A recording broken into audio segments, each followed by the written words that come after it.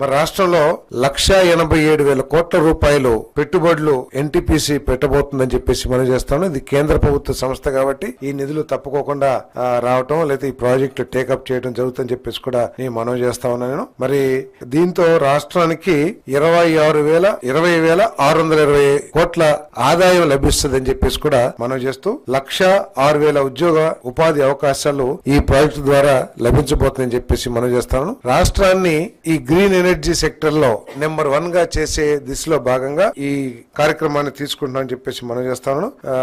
Solar, wind, pump storage, green hydrogen, green ammonia వంటి పునరుత్పాదక విద్యుత్ రంగ ప్రాజెక్టులు పోర్చడానికి రాష్ట్ర ప్రభుత్వం ఎప్పుడు ముందుంటుంది. ఇంటిగ్రేటెడ్ క్లీన్ ఎనర్జీ పాలసీలో భాగంగా వచ్చే 5 ఏళ్లలో 78.5 గిగావాట్ల solar power, 35 gigawatts wind power, 22 gigawatts pump storage, 1.5 MMTPA green hydrogen ఉత్పత్తి సాధించాలని ప్రభుత్వం లక్ష్యంగా పెట్టుకుందని చెప్పేసి మనం చేస్తాను నేను.